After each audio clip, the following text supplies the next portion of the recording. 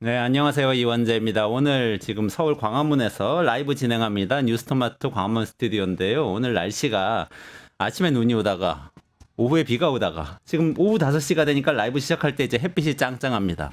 제가 몇 년 전에 독일 뉘렌베르크 한번 가봤었는데 그 법정에 한번 가보려고 갔었어요. 근데 거기서 그날 날씨가 딱 이랬어요. 근데 생각이 나는 게 거기서 재판받았다는 헤르만 괴링이 나치 2인자였잖아요. 그리고 히틀러를 도와서 경찰을 나치하고 게슈타포 설립하고 이제 반대자들 잡아놓고 뭐 유대인들 학살하고 홀로코스트하고 이거 다 했는데 이제 그날 그 법정에 서가지고 그 사진이 딱 있더라고요. 거기서 나는 잘못한 게 없다 하면서 책임을 다 여기저기다 전가하는 이야기를 하고 하면서 그럼에도 불구하고 뒤에서는 법정에 서기 바로 전까지 나치당을 재건하기 위해서 엄청나게 노력을 했던 그 사람이 갑자기 생각난 것은 김용현 씨가 헌법재판관들을 처단하라 이런 서신을 날렸다는 얘기를 듣고 또 오늘 그 이야기를 하지 않을 수 없어서 끝장 뉴스 시작하면서요. 진실의 위기를 끝내고 우리 또 이 진실의 시대 다시 열기 위해서 뉴스토마토에서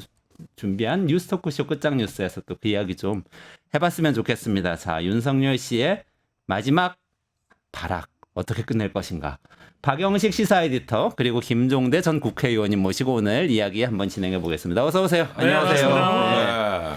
뉘렌베르크 가보셨어요? 거긴 못 가봤어요. 난 독일은 2번밖에 못 갔는데 그나마 아주 제한된 미넨 쪽만 2번 가봤는데 맥주만 진탕 마시다 왔어요.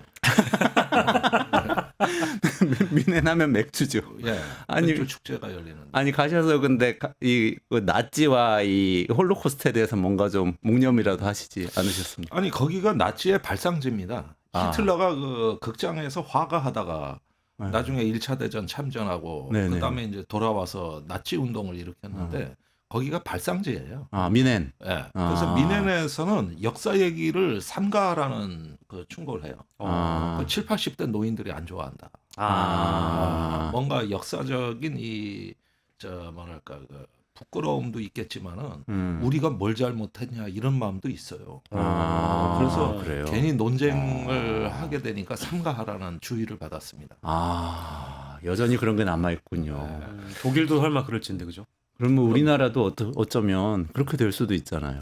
아니 이번에 이제 한국 역사상 처음으로 극우 대중운동에 출연한 그러니까요.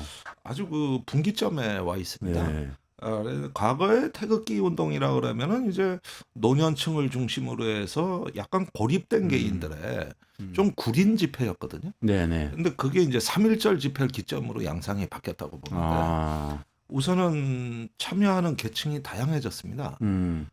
성별 균형도 달성한 것 같고 연령별로도 다양해졌고 10대부터 70대까지 다양해진 데다가 구호나 이런 생각들도 다양한 사람들이 탄핵 반대 부정선거 척결 요게 딱 초점화에 뭉쳤다는 거. 그래서 지난 3.1절 집회는 좀 유심히 볼 대목들이 꽤 많았어요.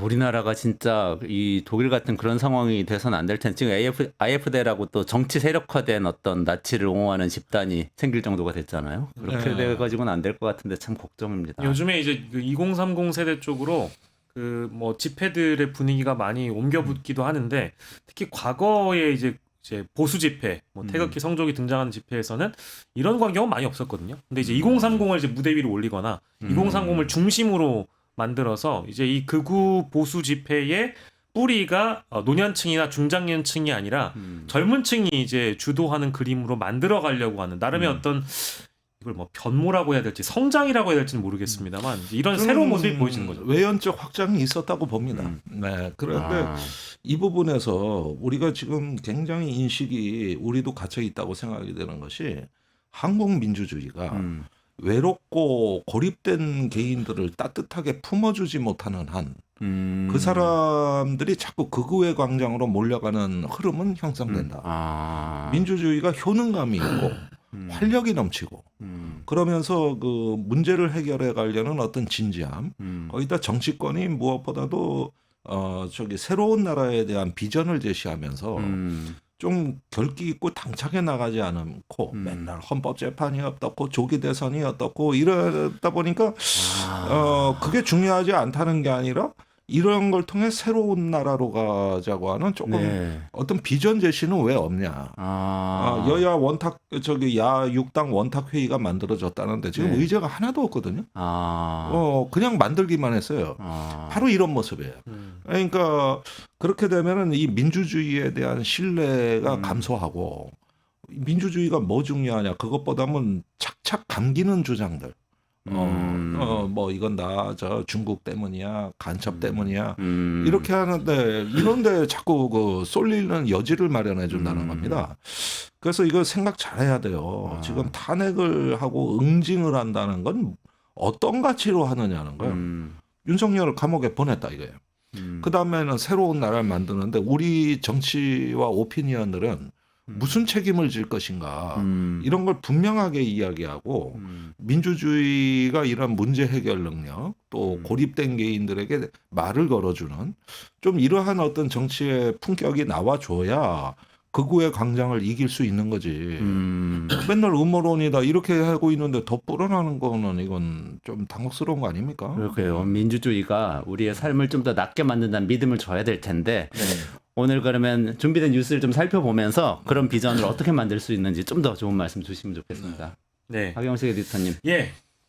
오늘 첫 번째 이슈가 이제 윤석열 측의 이제 마지막 발악에 대해서 저희가 좀 살펴보려고 하는데요. 일단 오늘 첫 번째 이슈가 탄핵 심판 선고가 이제 초읽기에 들어갔는데 뭐 언론이나 정치권에서는 주로 이제 금요일에 포커싱이 맞춰가지고 이번 주 7일, 그러니까 다음 주 14일 이제 이런 쪽으로 거론이 많이 되는 것 같고 이미 뭐 3.1절 연휴 기간 동안 재판관들이 평의 기간을 거치고 있다라고 하고요. 지금 오늘도 아마 그랬을 거라고 예상이 되고 근데 그 변론 종결을 하고 나서 노무현 전 대통령이나 박근혜 전 대통령 그 기간들을 우리가 감안을 해보면 보통 2주 안에 대부분 끝난다라고 봐야 되니까 7일은 제가 보기에 좀 어렵다라는 전망이 일단 있고 실제 한겨레 단독 보도로도 7일은 아니고 다음 주에 선고를 할 것이다라는 단독 보도가 몇 시간 전에 있었고요.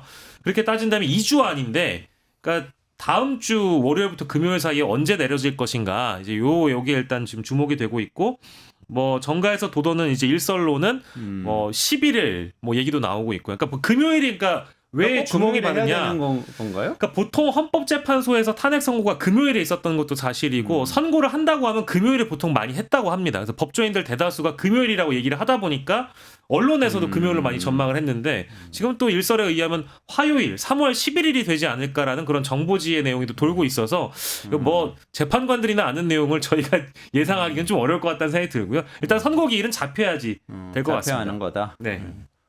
언제쯤으로 예상하세요? 아니 그런데 이런 걸 이제 충청도식으로 얘기하면은 그걸 재판관이 알지 지가 알아요? 뭐 이렇게 몰라요. 이렇게 되죠. 바깥에서 책 읽으시는 거 봤어요. 충청도는 왜 웃긴가. 그거 아주 잘 쓴 책이에요. 그런 식으로 말하는 그 말투에 대한 책. 그렇지 이제 그렇게 되는 거죠. 사실은 또 그게 정답이기도 하고요. 그렇죠. 충청도 진심. 그 지금 이제 상황을 보면은.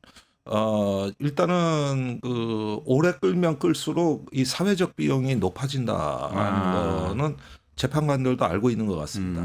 또 극우의 결집도는 더 커지고 다 헌법재판소를 정조준하고 있지 않습니까?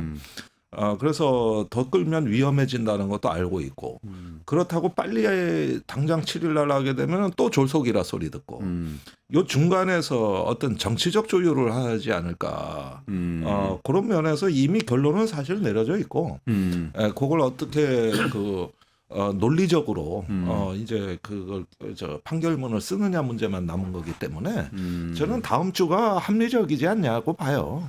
저도 뭐 굉장히 우리 김종대 의원님 의견이 합리적이라고 보고 당연히 이게 윤석열 피청구인이 대통령직을 빨리 이제 결정을 해줘야 국가와 국민을 위한 결정이라고 보고요. 저는 이 행정부 수반에 대한 거취 문제는 빨리 해결할수록 좋다고 생각을 하는데 그래도 변수는 있을 것 같아가지고 변수들을 좀 정리를 해보면 일단 3월 18일 이전까지 지금 아무 재판 일정을 안 잡아놨다라는 겁니다. 네, 그래서 지금 3월 18일이 박성재 법무부 장관의 탄핵 심판 첫 변론기일이 잡혀 있고 그 전까지는 일정이 아무것도 없다는 겁니다. 그러니까 17일 이전까지는 언제든 선고기일을 잡아서 내릴 수 있다라는 그 변수가 하나가 있고요. 그래서 헌법재판소에서는 어쨌든 윤석열 탄핵 심판의 선고기를 잡기 위해서 18일 이전까지는 아무것도 안 잡은 거 아니냐는 게 첫 번째 이제 변수를 일단 작용하고 있고, 다만 한덕수 국무총리 탄핵 심판 선고를 그 사이에 결정하면 어떻게 되느냐. 시간이 또 이제 지연될 수 있다라는 가능성이 하나가 열리고, 한덕수만 있는 게 아닙니다. 그러니까 뭐 감사원장 탄핵 심판도 지금 선고도 잡힐 수가 있는 거고, 이창수 서울중앙지검장 외에 검사 3인에 대한 탄핵 그 심판 선고도 또 잡혀 있고요. 그거까지 다 감안한다고 하면 어느 식으로든 정부적 판단을 통해 일정 조율은 가능하다라는 변수, 그게 있고, 한덕수에 관련해서는 더 큰 변수가 있는 게, 만약에 한덕수 심판에서 선고가 기각이 되면 복귀를 하게 되지 않습니까? 네네네. 그 즉시 복귀를 하게 되기 때문에 최상목 권한대행이 아니라 한덕수 권한대행이 되는데, 한덕수 권한대행이 됨과 동시에 과거에 최상목 권한대행이 임명했던 뭐 정계선이라든지 조한창 헌재 재판관에 대해서 또 피청구인 측 변호인단이 이거 무효다라고 주장할 가능성이 있다라는 겁니다. 근데 이건 제가 다른 법조인한테 여쭤보니까요, 뭐 이거는 뭐 그냥 궤변이다. 네. 이게 받아들여질 가능성은 거의 없다라고 하는 거고요. 그리고 그게 그러니까 직무대행이 권한 대행이 이미 했으니까요. 했어도 권한을 대행해서 한 거니까 한 거라는 거죠. 그거에 대해서 취소될 수 없다는 거죠. 아니 한덕수가 복귀했다고 해가지고 그 최상목이 한 권한대행의 그 결정을 되돌릴 수가 있는 것이냐? 그거는 일단 법리적으로 따질 게 없다라고 하고요. 이건 언론에서 하나의 변수를 언급하는 거고, 마지막 변수는 이제 마은혁 후보자 임명 관련된 건데요. 임명을 하게 되면 이제 마은혁 후보자가 기피를 할 가능성이 제일 높다고는 보는데, 만약에 재판을 굳이 참여하겠다라고 하면 또 변론갱신을 하게 된다. 이제 한 세 가지의 변수들로 좀 조합이 되고 있습니다. 근데 변수 같지만 변수가 아닌 변수다. 사실은 그렇습니다. 예, 이 부분은 이미 탄핵의 시기에는 멈출 수 없다. 그런 면에서는 그런 소소한 변수를 나중에 야당이나 어떤 극렬 윤석열 지지자들이 이용할 수 있을지는 몰라도 현재까지로서 큰 변수 같아 보이지는 않습니다. 그냥 계속 뉴스거리를 만들어내는 거예요. 네. 자꾸 소란스럽게 먼지를 일으키는 전술이 아닐까 생각이 되고, 요즘 또 법기술자들이 이런 거에 능하더라고. 그러니까요. 법기술자라는 표현이 진짜 정확한 것 같아요. 그러니까. 법이라는 게 정의는 온데간데 없고 뭘 어떻게 갈수록 법기술자들로 인해서 정작 시민들은 법과 멀어지죠. 그러니까요. 법과 멀어지고 그 법은 이제 기술자들 손아귀에 들어가는 것이죠. 이런 상황이 좀 바뀌었으면 좋겠는데. 뭐 재판 일정이 이제 이어지는 동안 그 어떤 법 기술을 계속적으로 활용하려고 했던 것이 사실 피청구인 변호인단 측이다 보니까 지금도 평의 기간이긴 하지만 선고기일 전까지는 어쨌든 탄핵소추 단 쪽이나 피청구인 쪽에서도 뭐 자료 제출은 가능하다고 하더라고요. 그래서 헌법재판관들이 뭐 판단을 하고 하는데 뭐 도움을 줄 수 있거나 할 수 있는 방향으로 뭐 증거 제출, 자료 제출 이런 것들을 새로 할 수는 있는데, 뭐 그렇다고 한들 그게 어떤 큰 변수가 되지 않을 거라는 그런 전망도 또 한 번 말씀드리겠습니다. 예, 전반적으로 윤석열식 대응이 이제 파국으로 돌아가고 있습니다. 이제 믿는 건 극우의 광장밖에 보는 것 같아요. 근데 저기 축구 선수들 얘기를 들어보면은 이기려고 덤비는 팀보다는 비기려고 버티는 팀이 상대하기 더 어렵대. 침대 축구. 지지만 않겠다. 이런 팀이 상대가 더 어렵다네. 약점이 더 안 보인다는 거예요. 근데 윤석열의 이 전략의 실수는 이기려고 덤빈다는 거예요. 그러니까 질 수밖에 없는 게임을.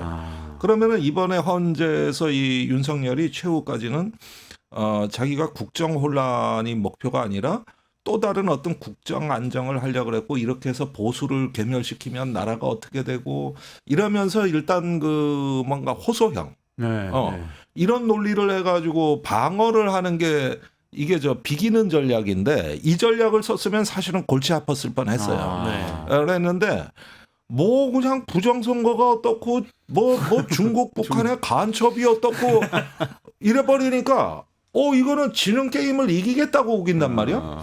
이럴 때가 오히려 상대하기 쉽다는 거야. 이건 축구를 하는 사람들이 잘 알아.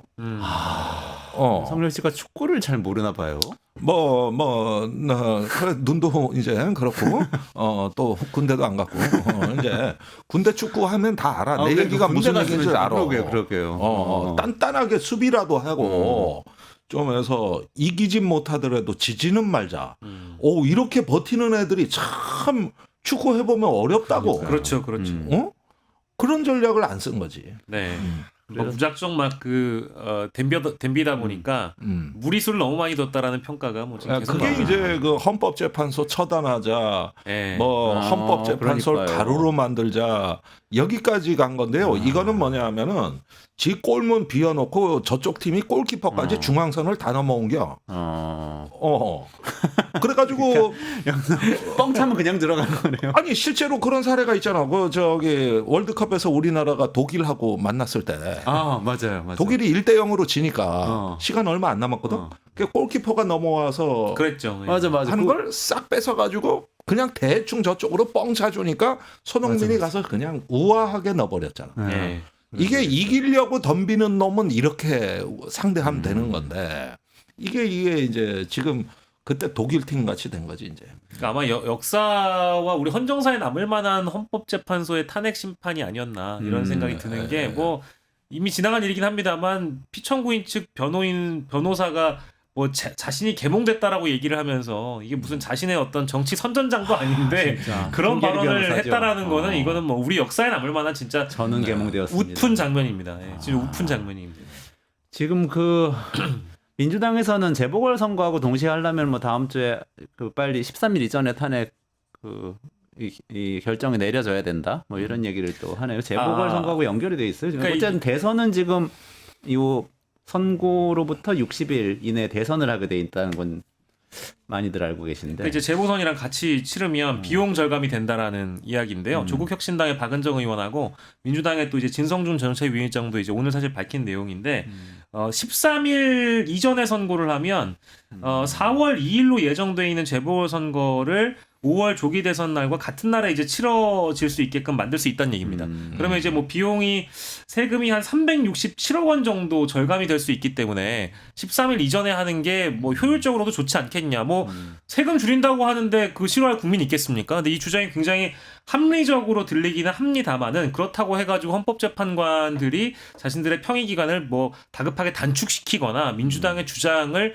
뭐 조국혁신당이나 범야권의 주장을 그대로 수용해가지고 또 13일 이전으로 또 못 받게 되면 그것 또한 정치적 오해를 부를 수 있다라는 게 부담이 될 거예요. 다만 원래 속도는 속도가 있는 건데 이런 얘기를 하니까 더 오해받을까봐 13일 이전에 못할 것 같다는 가능성도 있어가지고 아까 이제 우리 김종덕 의원님 말씀 주신 대로 열차의 속도는 이미 그냥 정시대로 간다니까요. 정속대로 가고 그렇죠. 있는데 이제 이런 주장이 나오면 아무래도 오해받을 수 있는 거죠. 네. 그렇죠. 거기에다가 일단은 대선과 재보궐선거를 같이 하면은 국민의힘에 많이 불리합니다. 왜냐하면 대선이 아무래도 심판의 그렇죠. 그 목소리가 가장 고양된 시점에서 치러지거든요. 예. 그러면 지방에서의 재보궐선거라 하더라도 좀 대선에 영향을 받기가 쉬운 거죠. 그럼 이건 여당한테 불리한 거예요. 그러네요. 그런 점에서 또 뭐 같이 하면 좋겠지만 굳이 이거는 우리가 크게 어떤 집착할 만한 의제는 아닌 것 같아요. 괜히 또 그러면 국민의힘에서 이제 이런 거 갖고도 트집 잡을 수 있고. 그러네요, 진짜. 요즘 진짜 제가 싫어하는 단어가 오해라는 단어인데 오해받을 일 하지 말아라는 말이. 아니 그냥 정해진 대로 하면 되는 거지 오해를 소신대로 그래도- 철학대로. 네. 그래도 걱정해야죠. 그거는 그래도 뉴스가 너무 많아서 그래요. 제가 보니까 뉴스로서 가치가 없는 것이 지나치게 의제화되는 것들을 많이 보게 되는데 예를 들어서 40여 명 재판관 임명합니다. 사실은 이제 헌법재판에 윤석열 심판은 큰 실효가 없는 문제입니다. 이거는 그냥 순리대로 놔둬도 되는데 왜 이렇게 정치 문제가 되느냐? 최상목의 태도 때문인 거야. 그러니까요. 아니 헌법재판에서 이렇게 결정을 했는데도 안 따라? 이런 것이 이제 괘씸하고 이게 어떤 법치를 준수하는 모습 같아지지 않아서 만들어진 의제지. 실제로 40여 재판관이 추가 임명되고 안 되고가 이번에는 이미 그 의미를 잃었고 그런 시기가 지나버린 거예요. 그런 점들도 구별해서 보시면은 여러분들이 시사 뉴스를 보는데 조금 눈이 맑아지실 거예요. 그래요. 좋습니다. 어쨌든 탄핵 심판은 그러면 다음 주면 결론이 나고 아마도 피청구인은 파면된다. 이렇게 두 분 다 보시는 거죠. 그랬으면 좋겠다. 그래야만 한다. 될 것으로 보인다. 예. 넘어가 보죠. 이 얘기는 너무 명확한 것 같으니까. 국방부에서 지금 좀 움직임이 있더라고요. 그래서 오시면 제가 꼭 여쭤보려고 그랬어요. 직무정지가 몇 건이 우수수 나왔고. 그렇습니다. 저는 이분들 직무정지 아직도 안 됐다는 거를 또 몰랐는데 사실은 뉴스를 보고 직무정지했다는 거 알았어요. 이게 보직 해임이 이루어진 건데 국방부 조사본부장 육군소장 박헌수, 제1공수 특전여단장 육군준장 이상현, 707 특수임무단장 육군대령 김현태, 뭐 이분 워낙 유명한 분이죠. 이 세 명에 대한 직무정지를 위한 분리 파견을 단행했다. 이제 이 소식인데 사실은 그 수사기관의 기소 통보를 받고 나서 인사 조치를 한다라는 그 이제 관행이 있고 그래야만 하기 때문에 그동안 불구속 기소가 되어버렸기 때문에 이 보직 해임을 못했다라는 거예요. 근데 국민들이 받아들이시기에는 이거 늦어도 너무 늦은 거 아니냐, 이게 말이 되느냐라고 이제 그런 지적들과 공분을 많이 사고 있는 거고, 사실 또 이게 이 사안의 중대성이나 여러 가지를 또 포함해 본다면 일찌감치 했었어야 된다라는 게 다수의 의견일 것 같고요. 다만 또 김현태 단장의 경우에는 너무 논란을 많이 일으킨 당사자이기 때문에 이런 어떤 비난이 더 커지는 것 같습니다. 뭐 최근에 있었던 뭐 해외 파견을 신청했다라는 뭐 의혹에 더해서 어제 같은 경우에는 무슨 그 황제 골프, 감동 골프를 치는데 무슨 부사관들 거기에 투입할 윤석열과 골프를 같이 칠 부사관들을 심지어 스크린 골프 가가지고 마치 시험 보듯이 누가 잘 치는지 이거 점검을 김현태가 주도해서 했다는 뉴스가 나와가지고요. 이건 뭐 지금 분노가 말을 못합니다. 자, 하나씩 보면 박헌수 국방부 조사본부장은 김용현이 계엄 선포가 되고 즉시 호출한 첫 번째 인물입니다.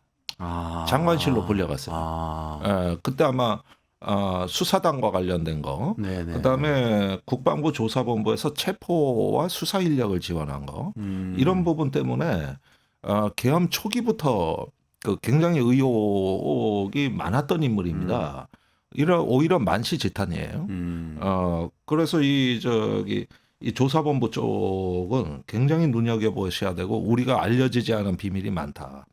그다음에 이상현 그 제1공수여단장은 그 국회에서 손수건 꺼내 울었던 그분이거든요.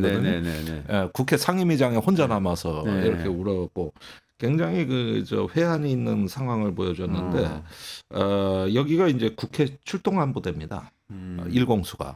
그다음에 정치인 체포 지시를 가장 많이 받은 부대죠.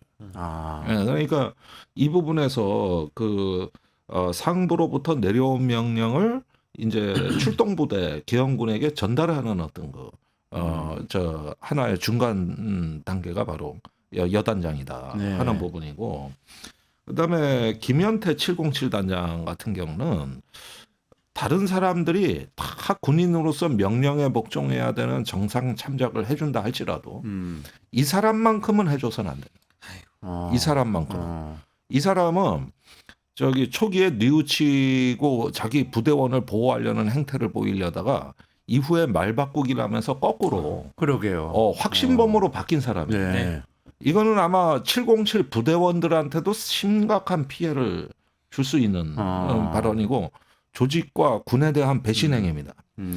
그래서 다른 사람들이야 심리 과정에서 사실 군인으로서의 특수성을 아주 감안 안 할 수는 없는데 이 사람만큼은 안 된다. 이건 사법적 책임을 무겁게 물어야 될. 그리고 지금 점점 말이 바뀌면서 점점 강도가 심해지는 것 같아요. 네. 무슨 모르겠어요. 뒷거래가 있는 건지 생각이 바뀌는 건지. 근데 이렇게 된 데는 특히 김헌태 대령 같은 경우는 이제 국회에서 곽종군 사령관하고 양심 선언을 했잖아요. 처음에요. 그랬을 때 그 곽종군이 박범계 의원한테 양심 고백을 할 때 옆에 앉아 있었거든요. 근데 이때만 하더라도 김헌태 본인은 사령관이 모든 책임을 지고 자기는 보호받을 줄 알았던 거예요. 그랬는데 1월이 이제 지나면서 검찰에서 김헌태를 입건해버린 거예요. 이때부터는 예상했던 바와 전혀 다르게 사태가 흘러들어가고 그다음에 조사를 세게 받았어요. 그래요. 그러니까 이제는 나도 피의자로 입건이 된 거기 때문에 이거 생각했던 거하고 다르네. 그냥 순수하게 명령받고 간 걸로 하면 소명이 될 줄 알았는데 아니네. 이래가지고 영관급 중엔 유일하게 입건이 된 사람입니다. 그러니까 이때 생각이 이제 혼란스러워하고 바뀌기 시작을 한 거예요. 그러니까 자기 보호를 하다가 바뀌는 건데 이렇게 하면 이 줄이 아닌 게 보다. 이 산이 아닌 게 보다. 아니 근데 딱 저 봐도 산인가 지금 보다. 줄이 보이지 않나요? 그래가지고 파면될 사람인데 황급히 다른 산으로 갔어요. 그런데 이제 잠시 후에 이런 얘기가 나올 거예요. 아까 그 산이 맞는 게요. 그것도 충청도는 왜 웃긴가에 나옵니까? 충청도. 그러니까 지금 그런 상황이 된 거기 때문에 더 비참하죠. 그래서 이걸 본인이 깨닫지를 못하고 있는 것 같아요. 갈짓자 걸음을 할 가능성도 이게 있다. 실제로 뭐 이제 권익위에 공익제보자 신청도 했다라고 하고 이제 그 신분에 대한 판단을 권익위가 하겠습니다만은 박종근의 경우에는 이미 했고 그리고 나머지 명태균 게이트와 관련된 뭐 강혜경 씨라든지 김태열 미래한국 연구소장 같은 경우에는 충분히 권익위원장이 보기에도 공익제보자가 될 수 있다라고 얘기를 하는데 그럼 김현태는 뭐냐? 공익제보자의 신분을 줄 만한 그런 사람이냐라고 어느 누구에게 지금 당장 물어봐도 모든 국민은 노라고 할 거거든요. 그러니까 이게 국민들이 느끼고 있는 것 중에 배신감이 가장 클 것 같아요. 그러니까 12월 9일에 눈물의 기자회견을 해놓고 나서 뭐 형사재판에 이제 대비해야 되는 그 피의자 신분이라는 거를 뭐 존중해줄 국민들은 없는 것 같습니다. 특히 헌법재판소에서 어떤 발언을 했는지 보더라도 본인의 거짓말이 다 드러났거든요. 텔레그램 방도 공개가 됐죠. 그리고 케이블 타이와 관련된 거짓말도 국회를 통해서 거짓말이 다 공개가 됐죠. 이러다 보니까 본인이 지금 돌아갈 수 없는 길을 너무 많이 가버렸고요. 이제 이 산이 아닌 게 하더라도 돌아올 수가 없는 상황에 놓이게 됐다. 아니 그러니까 원래 이게 내란 특위가 국회에 구성이 되고 법사위에서 청문회하고 뭐 국방위 그럴 때는 원래 민주당 의원들이 검찰이나 공조본 쪽에다가는 일단은 장성들 위주로 하고 영관급은 사법 처리를 신중히 했으면 좋겠다는 입장을 다 냈습니다. 그렇게 얘기를 했어요. 그건 김원태를 염두에 두고 한 거예요. 김현태. 또 이 외에도 중간 지휘관들 현장에 왔던 지금 양심 선언하는 그 대령들 많잖아요. 예. 그분들이 지금 이 전모를 다 용기 있게 밝혀주고 있는 거 아닙니까? 그래서 국회에서는 저런 증언을 존중하면서 사법적인 잣대는 일단 영관급들은 좀 신중했으면 좋겠다는 의견을 냈는데 검찰이 낼름해버린 거야. 이거는 민주당의 허를 찌른 거라고. 그러네요. 그러면서 오히려, 김원태 태도가 바뀌었어요. 그러니까 태도가 바뀐 걸 우리가 비판하는 건 맞아요. 그런데 지지난주 그 국회 내란 특위에 현장 지휘관들의 그런 증언이 없었으면 우리가 군이 완전히 타락한 줄 알았는데 거의 항명입니다. 막 병력을 철수시키고 그러잖아요. 윤석열이 2차, 3차 계엄을 못한 이유가 그거였던 거지. 그렇죠. 내가 물러나라고 얘기 안 했는데 알아서 병력을 빼가요. 그때 윤석열이 빡치고 무너진 거예요. 그래서 2차 계엄을 못한 거거든요. 만약에 그 병력이 계속 대치를 하고 있었으면 아마 2차 계엄 가능성이 컸다는 거야. 그렇죠. 그러면은 우리가 지금 이 계엄의 진상을 다 아는 것 같지만 사실은 아직까지도 이런 부분들을 더 진실을 밝혀야 되기 때문에 일단 특히 민주당이나 조국혁신당 쪽에서는 순서가 있다고 봤는데 무슨 사유에선지 검찰이 갑자기 들이닥쳐가지고 하니까 그러니까 입이 맞고 늦어지기 시작한 거예요 이게. 그래서 수사를 하는 게 아니라 오히려 판을 조금 검찰이 자기들이 주도하려고 과욕을 부린 측면이 있단 말이에요. 사실은 이후에 이 건은 이왕 늦었으면 어떤 이제 더 많은 증언, 진술 이걸 하고 해도 늦지가 않았다는 거예요. 그런 면에서 이 부분이 석연치 않다는 거는 우리가 기억을 해두고 넘어가야 됩니다. 그러니까 초반에 민주당에서 조사를 할 때까지만 해도 영관급들은 보호해주면서 증언을 최대한 이끌어내려고 했는데 검찰이 들어와가지고 일종의 막 흙탕물을 튀긴 것 같다는 말씀을 하신 건데 그런 점이 새롭습니다. 새로운 그런 면이 있는데 말씀하신 대로 그러니까 새로운 얘기가 지금 계속 나와요. 그러니까 이제 불과 이게 뭐 12월 3일에 있었던 비상계엄 선포 이후의 상황이라는 게 불과 몇 시간이라고 생각하시는 분들도 계시겠지만 이게 사실 밝혀진 게 아마 빙산의 일각일지도 모릅니다. 왜냐하면 지금 언론 보도를 보더라도 1일 1단독씩 거의 나오는 것 같거든요. 종합적으로 보면. 두 가지 언론 보도를 일단 소개를 해드릴 건데요. 하나가 이제 한겨레 단독 보도인데 여인현 전 방첩사령관이 계엄 한 달 전부터 김용현 전 국방부 장관으로부터 포고령 위반자 최우선 검거 이야기를 듣고 합동수사본부 구금시설이 어딘지 질문을 받은 것으로 확인이 됐다는 보도가 하나고요. 그리고 이제 이게 어느 정도 그러니까 윤석열의 주장은 그러니까 계엄 전부터 국회의원을 비롯한 뭐 어떤 주요 정치인 체포 구금 이런 게 계획이 없었다라는 듯이 얘기하고 뭐 불과 몇 시간짜리 2시간짜리 내란이 어딨냐 이런 식의 반응이었는데 굉장히 촘촘하고 치밀하게 계획을 세워놨다라는 정황들이 계속 나오고 있는 거고요. 또 다른 중앙일보 보도를 보면은 이것도 지난해 8월 초부터 이재명, 한동훈 같은 정치인과 관련된 언급을 윤석열 대통령과 김용현 전 장관이 했다라는 거예요. 그러니까 뭐 물론 계엄을 준비한 시기가 아주 오래전으로 돌아가면은 뭐 2023년부터 준비한 거 아니냐 이제 이런 얘기도 있지만 정치인에 대한 언급이 언제부터 시작됐는지를 보면 지난해 8월 초부터 한동훈, 이재명을 윤석열과 김용현이 언급을 했다라는 단독 보도 내용이고요. 정확하게는 비상대권을 써서 조치해야 된다라고 언급을 했다라는 겁니다. 이제 이 대목이 여인영의 체포 명단까지 이어지는 이제 어떤 시발점이 된 거다라는 이제 단독 보도 내용인 거죠. 어떻게 보세요?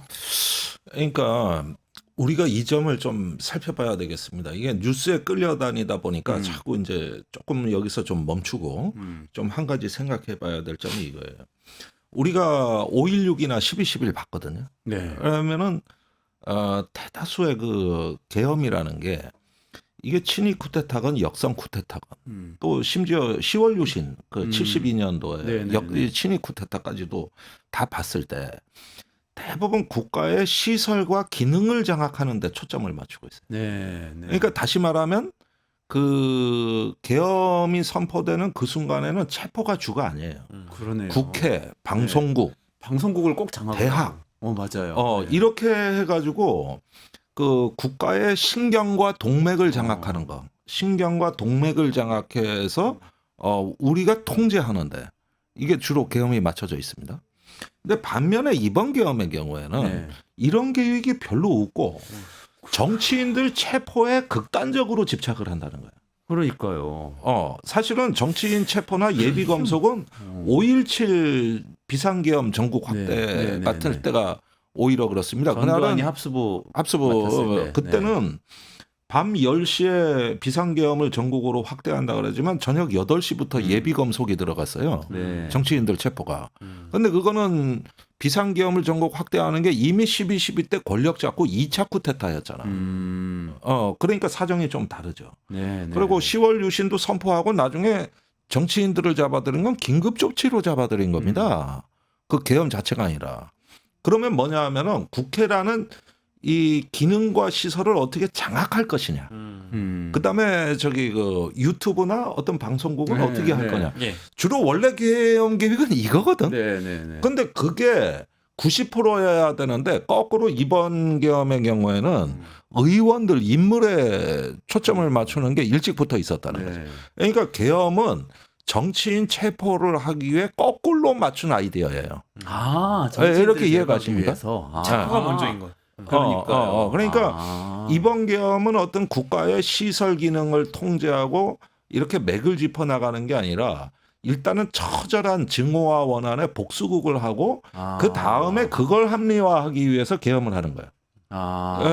이렇게 보면은 약간 어떤 그 공적 공간에서의 그 어떤 계엄이 아니라 사적인 주관과 변덕에 의한 이것이 있고 그걸 때려서 거꾸로 맞추는 게 이제 뭔가 그러면 어떻게 해야 돼? 비상대권이 있습니다. 뭐 계엄이 있습니다. 이렇게 되는 거예요. 그래서 이런 부분들 여인형의 그 이제 휴대폰이 포렌식이 돼 보니까 저는 예전부터 유달리 체포에 집착을 했지 기능마비에 왠지 좀 허술해 보였다. 그러면 체포라는 그 자체가 목적이었다면 그 흔적이 좀 의외로 많이 남아 있을 거다고 얘기를 했었는데 지금 보니까 휴대폰에 계속 나오거든.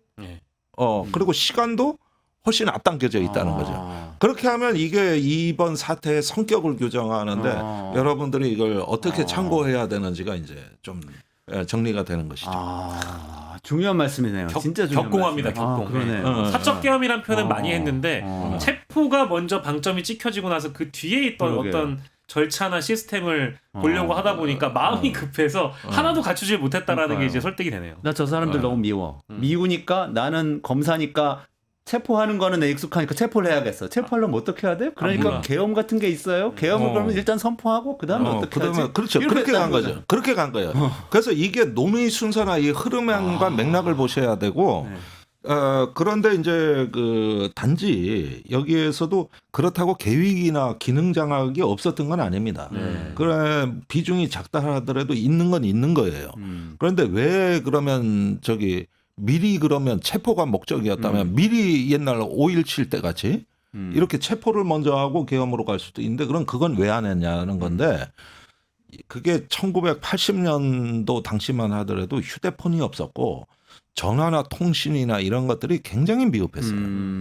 그리고 오후 3시면 신문마감 끝나고 마감 맞아. 뉴스 끝나면 TV 켜봤자 시카는 맞아요. 지금 아니면 지금은 방송 시간이 아닙니다. 네, 저녁 6시 되어 시작하고 그랬던 것 같아요. 저녁 6시에서 뭐 밤 12시 전에 애국가 나오고 끝이에요. 맞아요, 화면 끝나고. 자체가 안 나와. 어린이 여러분 이제 자라. 이럴 때는 그 미리 행동을 해도 보안이 안 새. 그랬는데 그러네. 이번에 그런 사례를 참고 안 했을 리가 없는데 그러면 왜 그러면 안 되냐? 예비검 소개 안 되냐? 지금은 이런 대한 매체와 휴대폰이라는 게 있었기 때문에 맞습니다. 미리 체포를 하게 되면은 정보가 샌다. 이 점을 본 것 같아요. 그러니까 체포에 극단적으로 집착하더라도 극단적으로 집착하는 거에 맞는 행동이 안 나온 것은 예비검 속이 없었던 거는 그때와 지금의 시대 상황 차이입니다. 그런 증오의 연장선상에서 저는 김용현 편지를 좀 한번 이것도 해설을 좀 해주시면 좋을 것 같은데 헌법재판관 처단하자라는 서한이 지금 나와가지고 이걸 어떻게 가야 됩니까? 글쎄 이제 저는 참 이제 이 내용을 전해드리면서도 참 마음이 불편한데요. 예, 이제 이게 저도 눈으로 의심한 게 처단이라는 표현을 잘 안 쓰지 않습니까? 요즘에 누가 처단이라는 표현을 쓰겠어요. 저는 근데 어쨌든 김용현이라는 자가 그 헌법재판소에서는 헌법재판관들 앞에 사실상 꼬랑지 내리고 깨갱했던 장면들이 다 기억나실 텐데 이상하게 깜빵 들어가면은 그 좀 뭐랄까 구치소에 들어가면 용기가 생기나 봅니다. 그래서 옥중 편지를 썼는데요. 일단 소개만 해드리면 이거를 또 어쨌든 소개가 된 장소는 3.1절에 광화문 집회에서 김용현의 변호인이 연단해서 헌법재판관 3명을 처단하라라는 메시지를 김용현이 손글씨로 쓴 걸 읽어드린 겁니다. 읽어본 겁니다. 그게 더 기가 막힌데요. 내란으로 이제 심판을 받아야 될 사람인데 헌법재판관들에게 좌표를 찍은 건데요. 국민에게 3가지 사항을 알리겠다.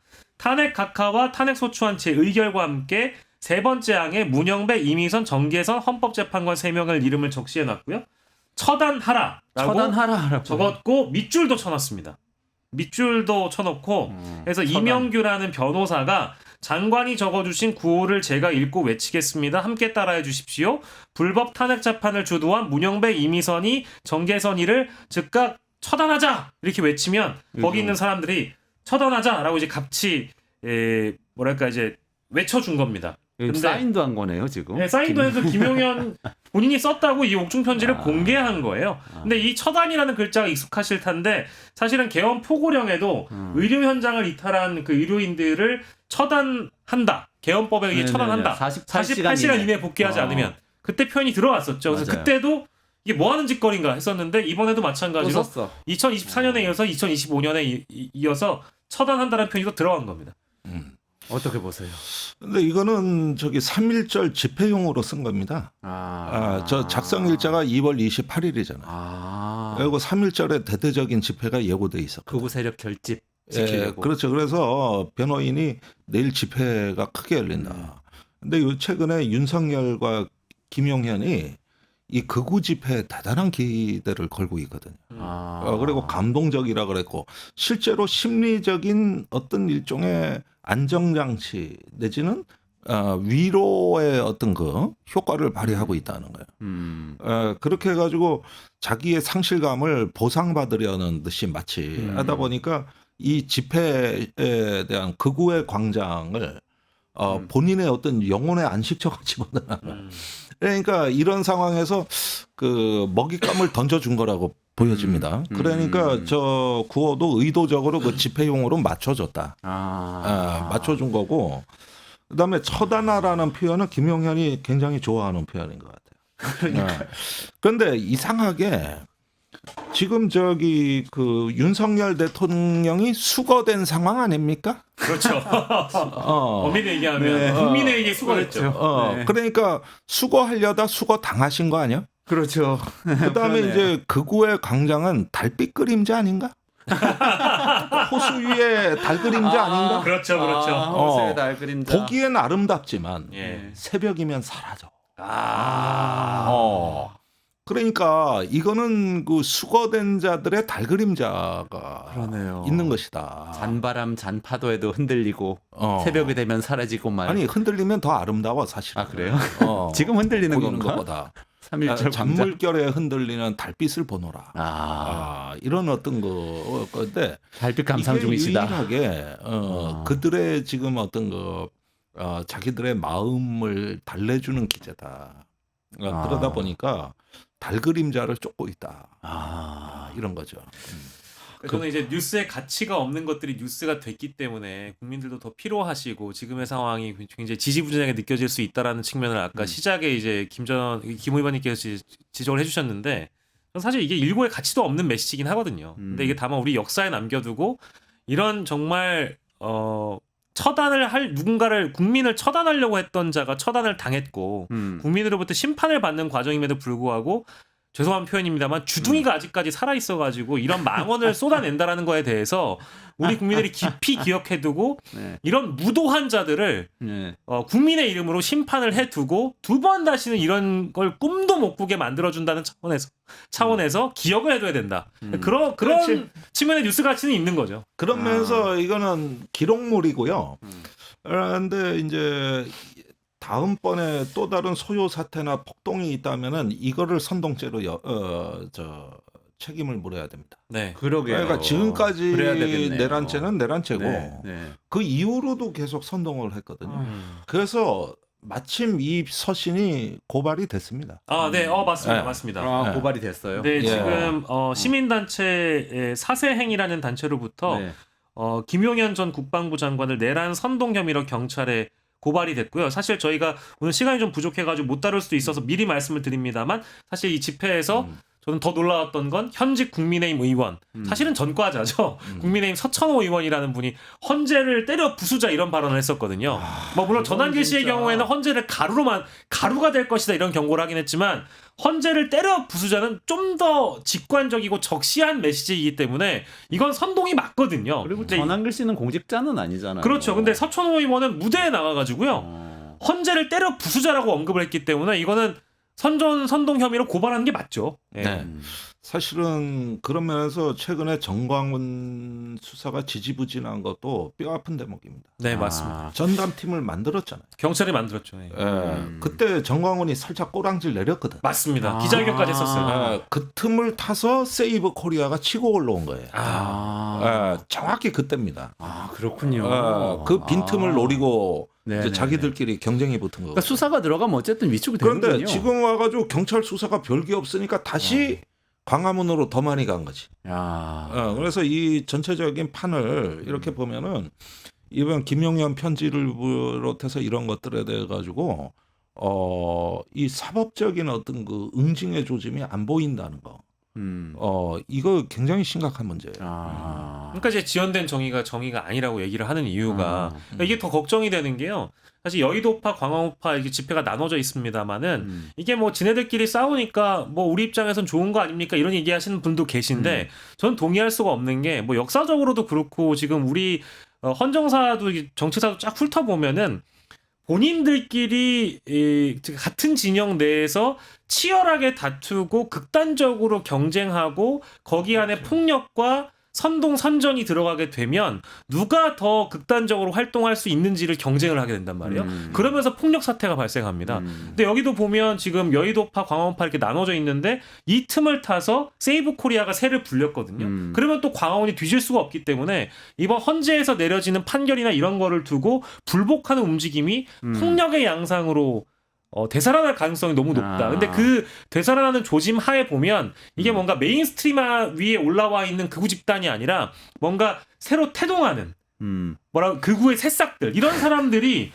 헌재를 타격할 가능성이 새싹들 매우 화내겠어요, 높다라는 차원에서 저도 굉장히 좀 두렵더라고요. 그러니까 10대, 20대가 약간의 어떤 극단적인 맞습니다, 방향으로 맞습니다. 선동이 됐을 때 아직은 이런 부분에 민주적인 의식이 없으면 이 중앙의 가드레일이 없어지는 거예요. 맞습니다. 아, 예. 이때 차선을 탈선하면 바로 대형 사고란 말이에요. 아, 이거 정말 법으로 엄정하게 다스려야 되겠습니다. 네.